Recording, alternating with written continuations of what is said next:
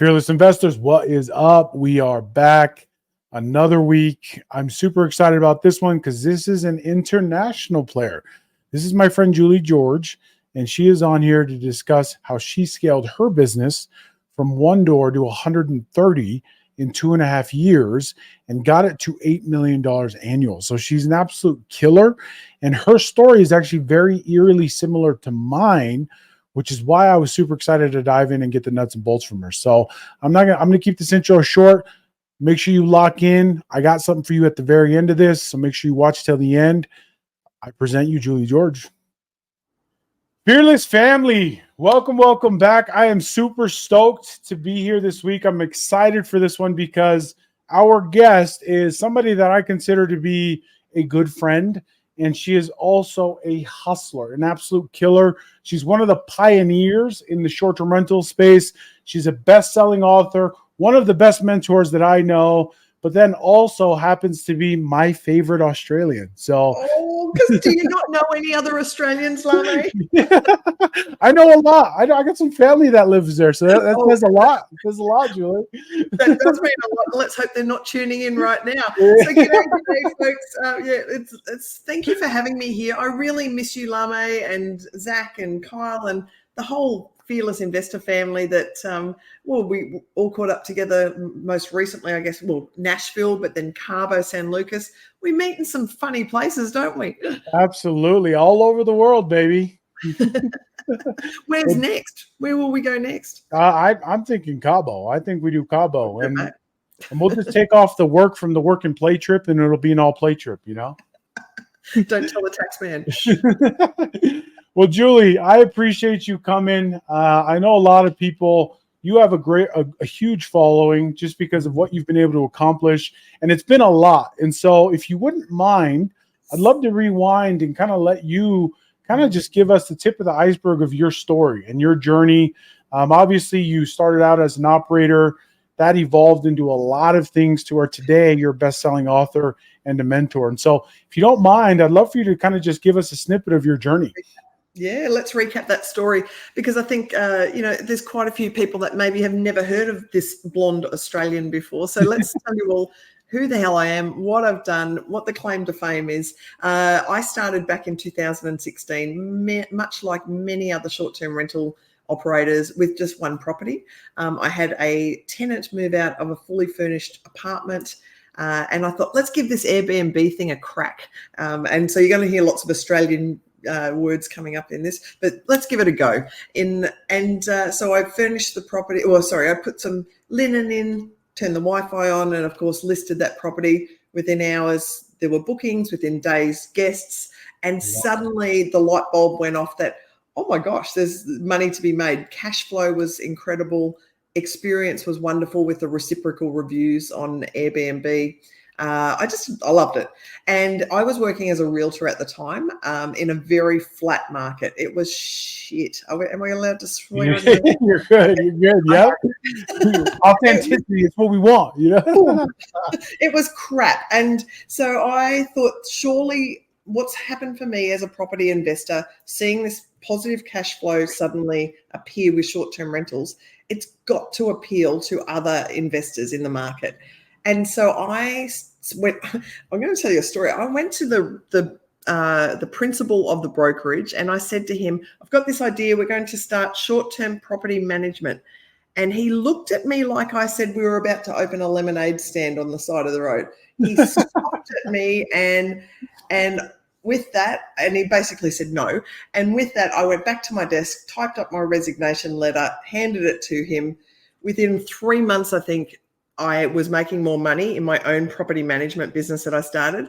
And then within about 6 months, I was poaching his staff. So he's not very happy with me. But I found that there was an opportunity. And of course, that led me into an Airbnb property management in 2016, which was one of the first of its kind in Australia. Now, you guys in the States had already sort of figured out this opportunity. UK, South Africa, I was watching what was going on around the world. Australia, we're a little slow. We finally jumped on board. I started this property management business. I put in a very unique structure, and we can talk about that in a minute, a unique structure that allowed me to scale to 130 properties in 2.5 years. So 130 properties and over $8 million income. Did you hear that again? Let's say it again. $8 million income, 130 properties. I still don't believe it, Lame. Like I set out with this business to sort of be my own boss. Yes, maybe replace my income in the brokerage. I can tell you I've never even considered earning that much money. So $8 million, 130 properties, and this unique property, the structure in the business allowed me to just be only working 10 hours a week. It's not as easy as it sounds, however, so we can go through the steps of how to get to that point. But it was bloody fantastic. Everyone was saying, how are you doing this, Julie? What is your secret? What's going on? And so the opportunity came for me, and I'm going to shamelessly plug $1 Million Host. I wrote a book. I wrote this book, and I wrote the book because I wanted to help others replicate the success that I had. And I do believe that there's no secrets in this game. Like, if we can help each other succeed, it's better for the industry all round. And it actually makes me sleep better at night too. So, but wrote the book. I also had a teenage son at the time who really couldn't care what his mum had done. And I thought, one day you are going to care, and one day your children might care. And I know a book will outlast me. So wrote the book. Book came out in 2018, so it was only 2.5 years after I'd started this business. Went bestseller, and suddenly I was getting all these calls to travel the world, come into Brian Chesky's office in San Francisco, which I left him a book. I don't know whether he's read it, but love it. Just traveling the world, and then. Sorry, this is a long story, Salame. We'll take the whole podcast. No, this is great. This is great. Good. Book came out. All this attention was coming on me to say, how can I do this? And the opportunity really, my passion started going more from operating the business to educating and helping others run their own businesses. That was where I was starting. My fire was being lit when I was able to help others do their own thing. I had a tap on my shoulder in 2019 from a company wanting to buy my business. And at the time when they came in and said, can we buy your 130 contracts? I was like, no way, get away. I don't want to talk to you. This is my baby. I went home and had to think about it that night. Didn't take me too long to realize that actually, hang on, if I sold this business, it would free me up, and I can leverage the success of that whole building a business and selling a business to now get into the education space, write more books, and there's a few more books behind me, you'll see. So there's 4 bestsellers now that I've been involved in, and travel the world and leave my husband. I didn't say that out loud, didn't I? And go and help others around the world. So that's what I did. I sold in 2019, just 2 months before COVID, at the end of 2019. I was very happy. The buyers were not so happy because the market went dead again. But I got out just in time. And now I get to travel the world, hang out with cool kids like you in Cabo, Nashville. I've just come back from London events. I've been going there every year for 3 years to judge the Shorties Awards, which are industry awards, and speak at conferences. So that's it. Love it. And there is so much in that story, man. You have seen it all, it feels like, and that's so incredible and so valuable. And I've been taking notes this whole time, so I want to unpack a lot of these in certain sections, right? So I want to kind of go back to the beginning, okay? And this is a question that I like to ask people that have touched on this in their story, is really the leap of faith, the jump, the betting on yourself, right? You quit a job to jump into this. And from the sounds of it, it didn't look like you, at that time, you really had it all figured out. It was a leap of faith, correct? Totally. Yeah. No idea. And there were no mentors. There were no courses at that stage. I mean, it was only 2016, but, I think there were a couple of people on YouTube sprouting about how to do it. But no, there was nothing. And so I had to learn I really had to make all the mistakes and learn the hard way. But it was a total leap of faith. You know, I was leaving a secure, stable position to go into an unknown industry in Australia, an unknown business structure.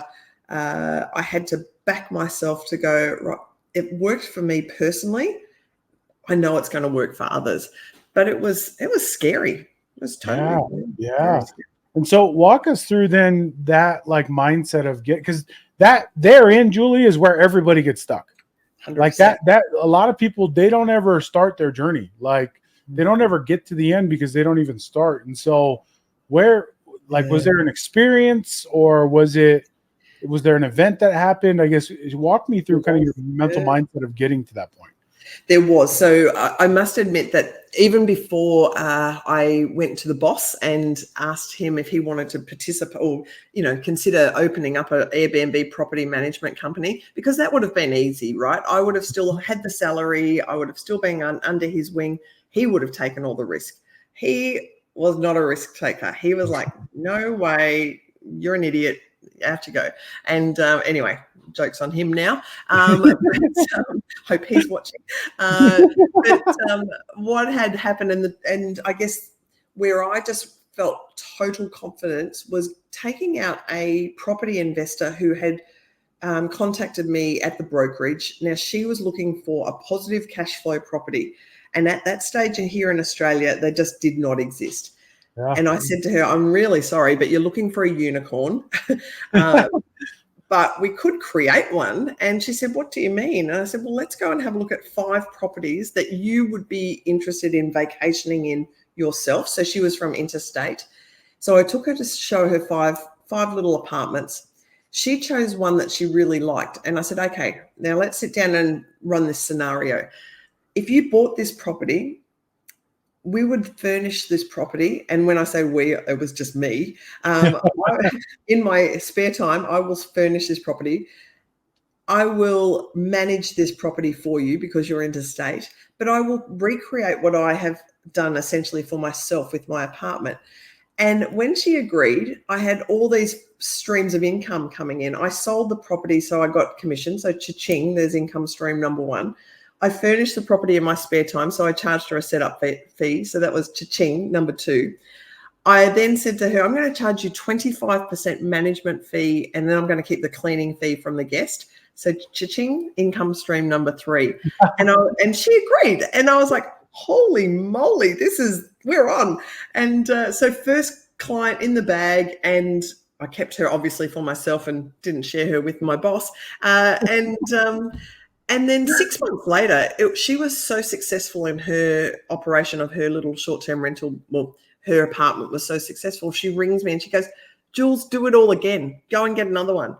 Without seeing it, I bought her another property. I furnished that property and I managed that property. So those were 2 of my very first properties in the portfolio. But how exciting. And that confidence that seeing somebody else's success, I was like, this is going to work. Yeah.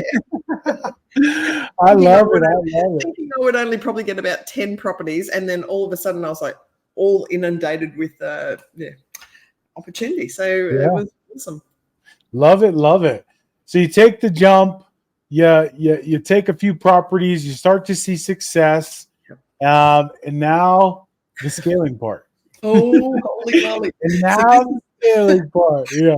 This is the other thing that I think as entrepreneurs and CEOs of our businesses, we want to, it's really hard to delegate and it's really hard to let go. And, you know, and I'm probably talking right directly to you, Lame, and, here, because I know that we have a lot on our plate. And if we're working ridiculous hours, and it's really hard to sort of see where you need to go above the weeds. And I remember there was one day in particular, I had 10 properties, and at this stage it was just me. And I was doing everything. I was setting up these properties, I was managing them, I was cleaning them. And one day I had made 17 beds in a row, 17 beds. And I got home and thought, whose stupid idea was short-term rentals? This sucks. And totally, I had 2 options. I could either pack it in, go and get a job and go back to what I was doing previously, or I could get some help and I could find someone to give me a hand. Now, coincidentally, thank you, universe, I get a phone call the next morning from my buddy Glenn, who is 70 years old. Glenn and I worked selling phone book advertising together. So that shows how old I am as well. If anyone knows the good old phone book, Yellow Pages, I used to sell ads. Wow. I know. So he rang me. He'd come to the end of his advertising career and he goes, Jules, I don't know what to do. I don't want to retire. I've still got life in me yet. I still want to be my own boss. I still want to earn money. I just can't imagine retiring. And I said, well, let's go for a coffee. And when we sat down, I said, have you got a phone, a smartphone? Have you got a mop? Have you got a bucket and a vacuum cleaner? And do you have a driver's license? Yes, yes, yes. And I said, right, here's 10 properties. Go and clean them. Go and clean them. So I put him on as a co-host. I said, clean, do the laundry, do the messaging, meet and greet the clients. Yeah. These 10 properties are yours. But the structure that I put in, and here's the secret sauce, is that my co-hosts, they were responsible for all the guest-facing duties. They had certain key performance indicators put on them, such as they had to keep our reviews at a 4.8 rating or above. They had to be quick on responses. So I had a bunch of measurable items that I put in place to be able to track their success. But I shared the profits with them. So I was getting 25%. I was paying Glenn 6% of that. 6%. And keeping 19 for myself, but also handing the cleaning fee over to Glenn. So with 10 properties, he was making $1,500 to $2,000 a week, and he was doing really well. So he suddenly had this little portfolio, and I like to talk about it like a franchise. So I gave him a little franchise business.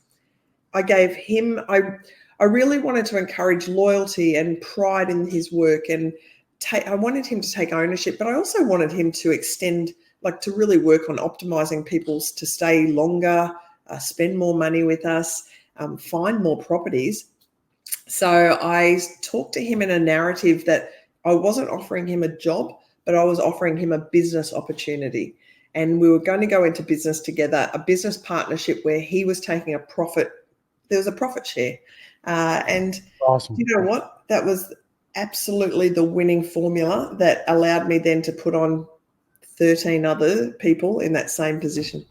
And that's what you're highlighting is really the abundance mentality, right? And I think that's so key in scaling. I always tell people this is one of my favorite statistics. Elon Musk only owns 11% of Tesla. Steve Jobs only owns 7% of Apple. And yet these gentlemen are billionaires, right? And I think that statistic, coupled with your experience that you just so beautifully articulated, is really, that's what it takes to grow. Like you can't take the next step, especially in your business, without the right people. And that's what you were able to do. And so that's incredible. That's awesome. And what you did, go ahead. Oh no, I was going to say, I think you really need to have a real good self-assessment though, and you need to do this often. You need to look at what your strengths are, what your weaknesses are, what your tasks are that you like and dislike, what gives you energy and what sucks you of energy. Now, I know that I sucked really badly at cleaning, and that sucked energy out of me. And that was the first thing I had to offload. But what I really loved doing was going out and finding new properties and talking and marketing and getting new clients and dealing with the owners. But I didn't love the guest side so much. So recognizing, and if you're tuning in right now, let us know, like, is this an issue for you where you need to really take a good hard look at yourself in the mirror and go, where should I be outsourcing, or where should I be getting a team member to come in? Because as soon as you can trust and delegate in others, I promise you it's scary. This is another scary thing, is that as soon as you start making some money and you think you're good, you really need to put another person on in your team, which then you have to pay them, obviously, and the profits go down. So it's like a roller coaster ride. And entrepreneurial mindset, man, you have to be thick-skinned and tough to realize that you will eventually keep going up and up, but you're going to have some dips and valleys on the way. Absolutely. And you, so kind of going on this, like along this journey, right? So you take the leap of faith, you start your own business, you find out, man, this is a lot of work. I need help. So then you find your buddy who then you give a little portfolio to, have a little franchise. And then you did that 130 times over in 2.5 years, and you made $8 million. So talk a little bit about that, about the scaling process, pros and cons, but then also your best piece of advice is from going to 130, from 1 to 130, right? Especially so quickly, right?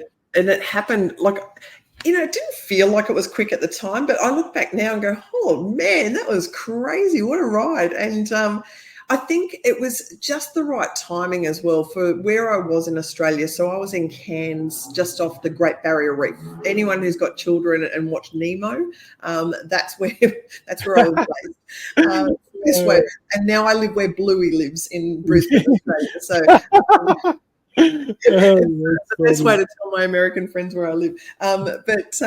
We had an influx of visitors to the area.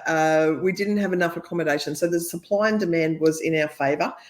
We had a very supportive council, and the community were very supportive of short-term rentals because they needed us. At the time.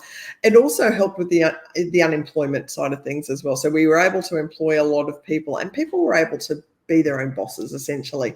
Yep. So it was right time for me, and it was unique. There was no competition, so nobody else was really doing it. Actually, sorry, I lied. There were people doing it, but they weren't doing it well, and they were doing it. There were property managers with short-term rentals, but nobody jumped on the Airbnb bandwagon. Now, I know it's kind of a bit naughty to use their logo and their name, but I had it plastered all over my building. Love it.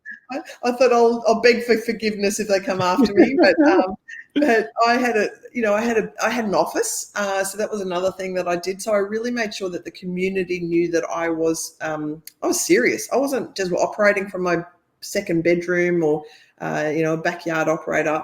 I was here for good.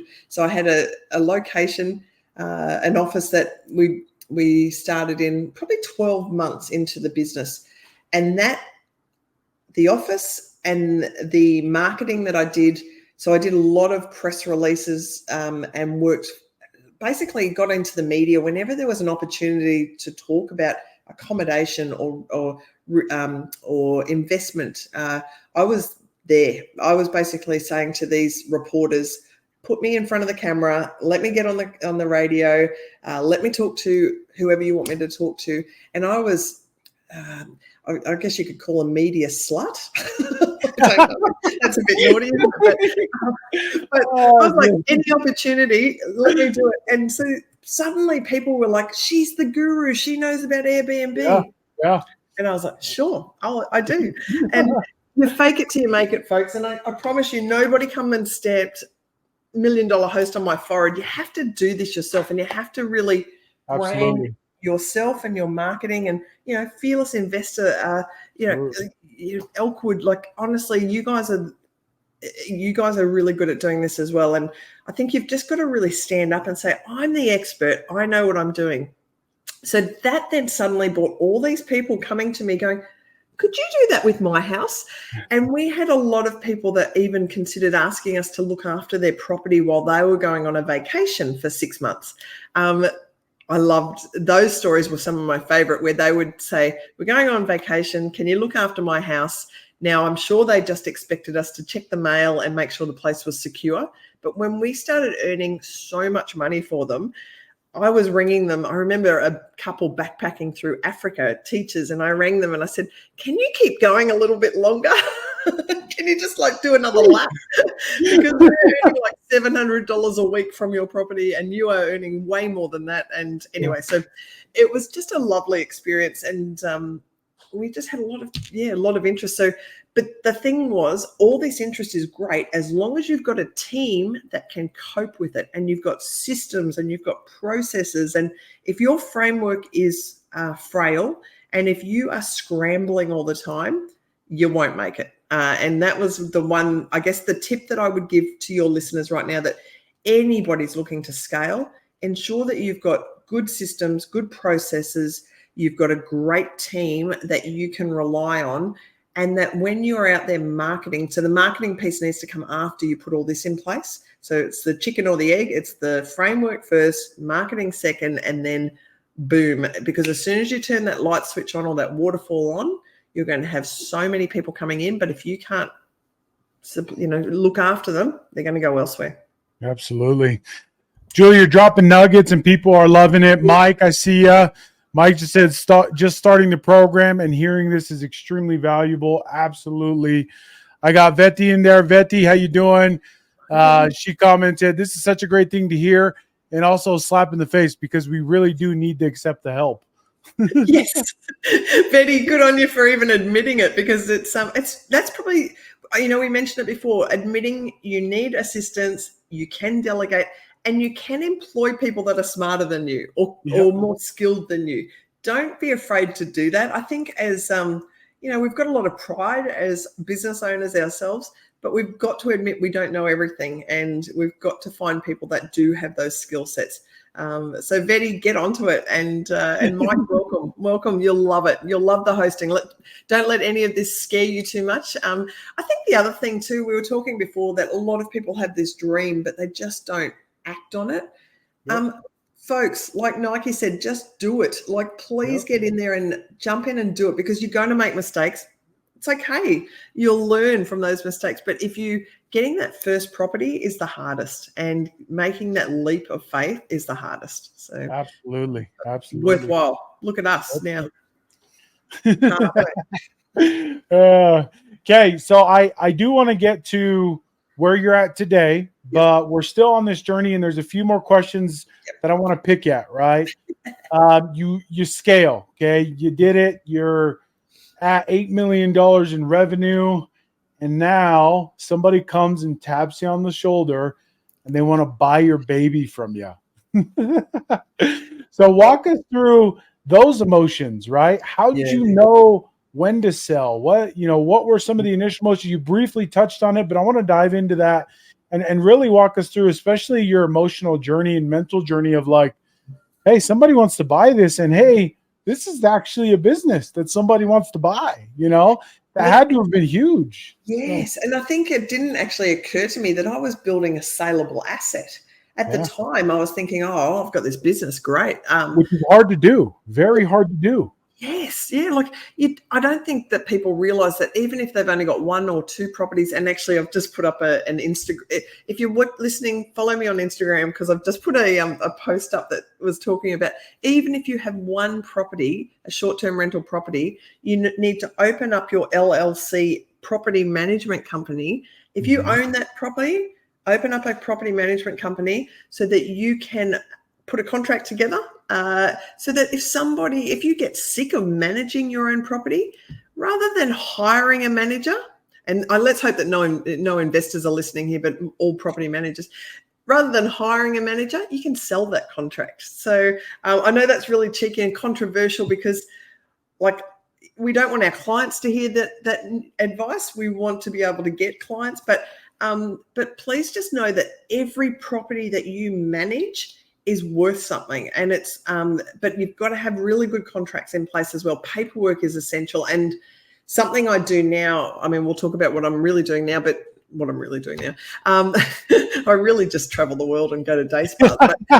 Party. But what I do now is, on my website, I have templates of contracts and paperwork and checklists.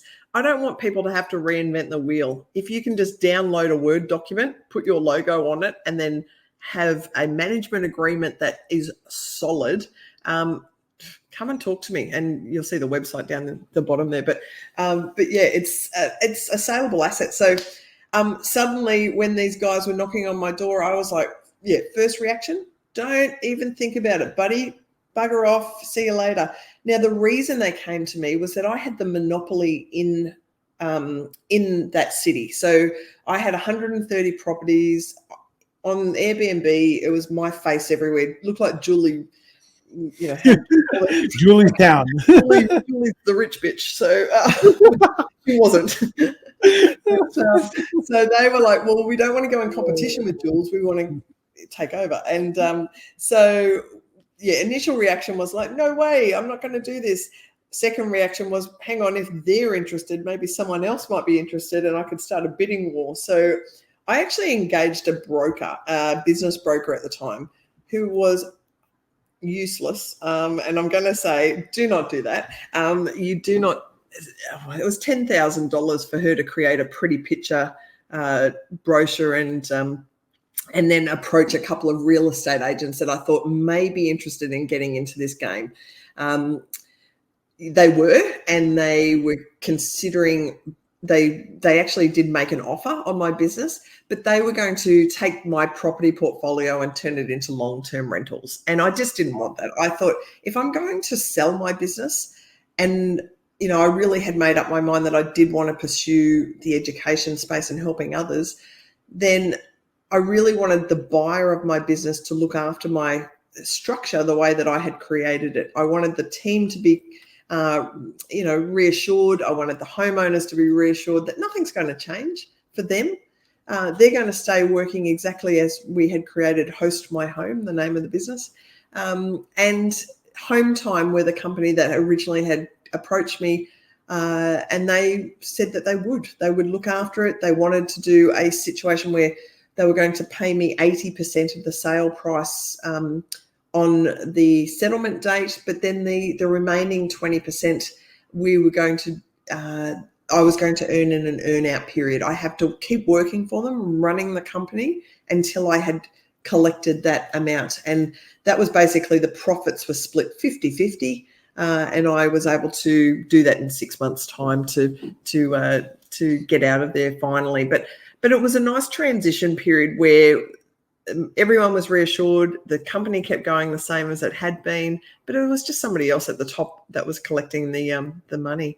One other very smart thing that they did, and this is something to keep in mind if you're looking to acquire businesses or even when you're actually more for the acquisition side of things, because I think it was very smart that when they put together an offer to me to pay, a portion of that was a shareholding in their company. So that I was never going to go out and start another business in competition to them. Now, I had no intention to anyway, but I think that was very smart that the loyalty now is still to that company. So, very, very clever. That's awesome. That's awesome. Julie, you have been an incredible resource. You've dropped nuggets, tons of them. I want people to know that, everything you're condensing in this short podcast is hours and really years of work, right? And so you've managed to now take all of that and to consolidate it into a book and also into a community. Why don't you speak to that a little bit? Yeah, absolutely. So Million Dollar Host really kicked things off, this little book, the red one here. But then with COVID, we found ourselves, of course, all at home in our pajamas, but a lot of us then connected on a good old Clubhouse. It was an audio app. I think you look at all the influencers in the industry now and all the educators, and I'm sure that 99% of us all first met each other on Clubhouse. We would talk to each other daily if we could. So there was a really nice friendship group and community that was formed on Clubhouse. But through Clubhouse, there was a lady that was listening, Jodie. She was in the UK, an Australian lady. And she had got in touch with me and she said, would you be interested in collaborating and participating in a book series called Hospitable Hosts? And Hospitable Hosts there's 40 different stories in here of hosts from around the world. And it's basically a collective All profits of this book go to two children's charities in the UK, a hospital and a war child charity. So there's no money to be made. But what it really does do is it brings a community of hosts together to share stories, to educate and inspire and innovate. Motivate the other readers out there that may be interested in our industry, but maybe not ready to make that leap of faith yet. So this book series also became a best-selling book on Amazon, and there is now 2 other books. So there's 3 in the series of hospitable hosts that has taken off, but just incredible. So that was my introduction really to understanding how important a community aspect is in our business. Running a short-term rental property management company, or any of the structures that you might be running out there in this industry, can be lonely. It can be really lonely, and it can be stressful, and it can be like you can think you're the only one out there facing issues with staffing, or pain in the ass guests, or homeowners who are micromanaging you. I promise you're not. I promise it's the same worldwide. We all might be doing things slightly different, but we all need to lean in on each other. And it's one of the only industries, and Lame, I think you could probably attest to this, that it's the only industry I've ever been involved in where there's no competition. It's all friendly. Everybody seems to be supportive of each other. Everybody helps each other. If you need a contract, I'll give you mine. If I need a checklist, I'm sure someone else will give me theirs. Do you agree, Lame? Do you think 100%? 100%. It's a very abundant community, which is very hard to find. It really is.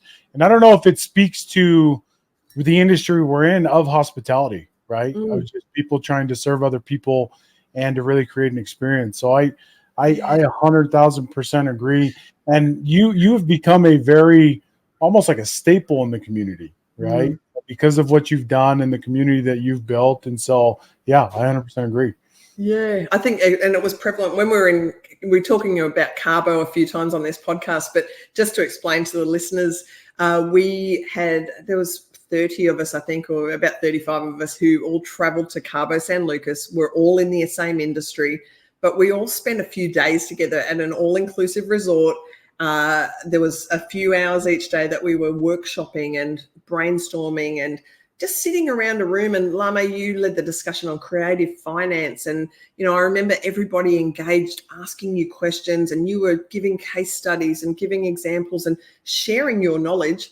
I was talking about property management and scaling, and, we had other amazing people, Noble Crawford talking about government contracts, Rachel Gainsborough, TJ Tajani. They're some of the best in the business, but openly sharing, like there's no secrets. Like we genuinely want to see others succeed. And, but what I would say to your listeners too is look for a coach, look for some help. Like 100%. Don't feel that, that there's, you don't have to do this on your own. You don't have to reinvent the wheel. You just need someone in your corner. So you find someone you align with, and, and I'll often, and I'm going to invite your listeners to jump on a free Zoom call with me as well. But if I feel that I don't align with somebody, or they could be better helped with somebody else, I'm going to suggest that they go and talk to Noble or Rachel or Lame. So we've got such a great little community there. But yeah, it's really important to know that you're not alone in this industry, and that there is support, and it is bloody amazing. But you just need to get the framework right. You need to get the processes in place, and then boom, you can, and get really clear on your goals as well and your vision. What do you want to achieve, and where are you going with this? And if you are going to sell your business, what are you going to do? Like, I think a lot of people go, I'm going to sell, but then what? So for me, it's educating. Sorry, I know I'm rambling a lot here, but I get so bloody excited about it.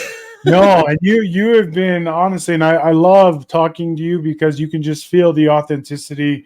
You're one of the most authentic people I know, and that's why you're literally one of my favorite people.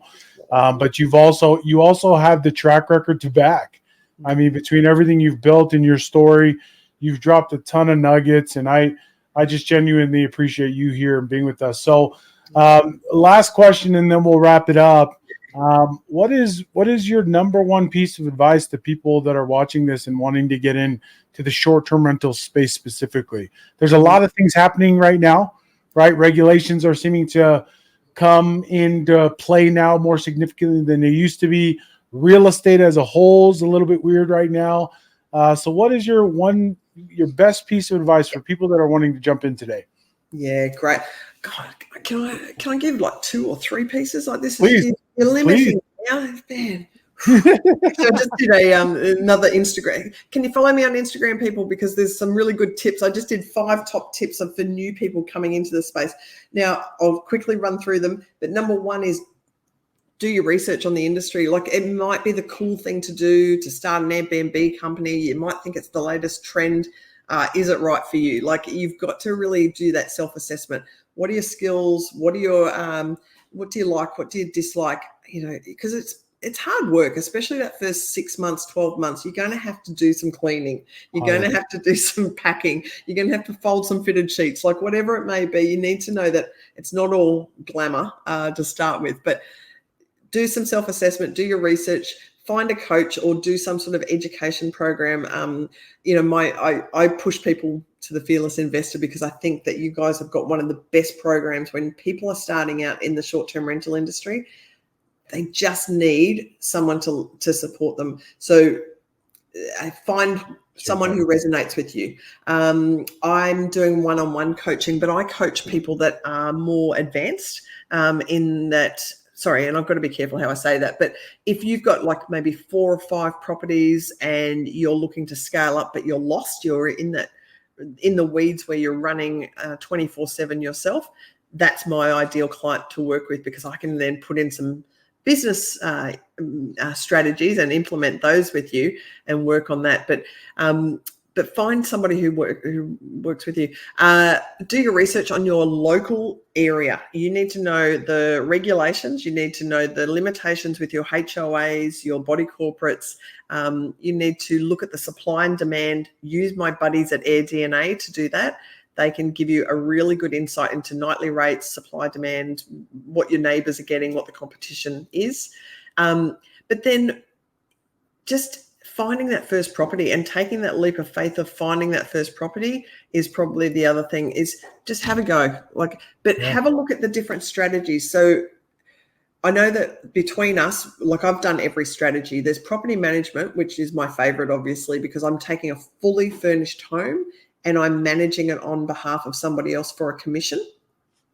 There's no money that I need to put into that strategy. I don't have to furnish anything. It's all good. They just give me the keys to their home. Now, these are doctors or lawyers or attorneys who are, they're loving their own lifestyle. They love their own business. They don't want to do it themselves, but they have an investment property that's sitting there. So that to me is one.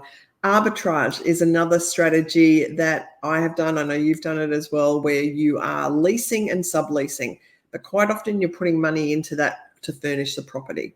And there's a little bit of a risk there, but it's bloody great if you can find the right property. And then thirdly, and this is, I know, both of our favorite, is ownership. Of course, the cash flow or getting your creative finance right to buy your own properties is the ultimate. Lama and I talk about this quite a bit, that in Australia, it's a little harder. In fact, one state will not, it's illegal to do vendor financing, creative financing. And so when you sit and talk in Carbo about creative financing, my mind is blown. I'm like, how the hell do you do that? And how can I get away with it in Australia? But just knowing your strategy, folks. So all of those things, I know we're throwing a lot at you today, but what I am going to do is invite any of the listeners who are listening in today's podcast to book in a 15-minute Zoom with me so I can find out about you, find out about your situation. And then if I can't help you, I'm going to push you in the right direction to somebody who can. And then, of course, anybody who wants to Zoom with me, I'm going to give you a copy of this book as well. So $1 Million Host. So there it is. But you just have to and we'll drop the details, or on my website you can get in touch. But just tell me that you're listening in to Lama and Jules. Sounds like we should have a show permanently. So. Yeah, we'll make sure you all get a link to that. We'll get it here so you can click on the link below and get access to that free call. Julie, you have been incredible. Thank you so much for being here. Like I said, and I mean this, you really are one of my favorite people. And it's not just because of how skilled and talented you are, what you've built, but because of the person that you are. And so thank you so much for being here. Fearless investors, thank you all for tuning in. Until next time, we will see you next week. We out, baby. Bye. Fearless investors, hopefully that was incredibly valuable for you. We took a lot of stuff from there, a lot of nuggets, mindset, scalability, team building, mentorship. And so she drew it all out for you. You know where to get a hold of her. But more importantly, I'm super excited that all of you are here. And I wanted to make sure that we got you locked in with our CASTR community. I'm going to provide a link below. We just introduced some new content on how we can help you buy your first deal with none of your own money and at interest rates that are literally half of what market is. Guys, we got students that are doing this daily, that are doing this weekly. And so make sure you lock in. I wanted to make sure that those of you who are watching this that are wanting to scale your business, that you had access to not only Julie's opportunity of scaling, but also mine of acquisition. So click the link below. Let's get you on a call with our team soon. We'll talk to you soon.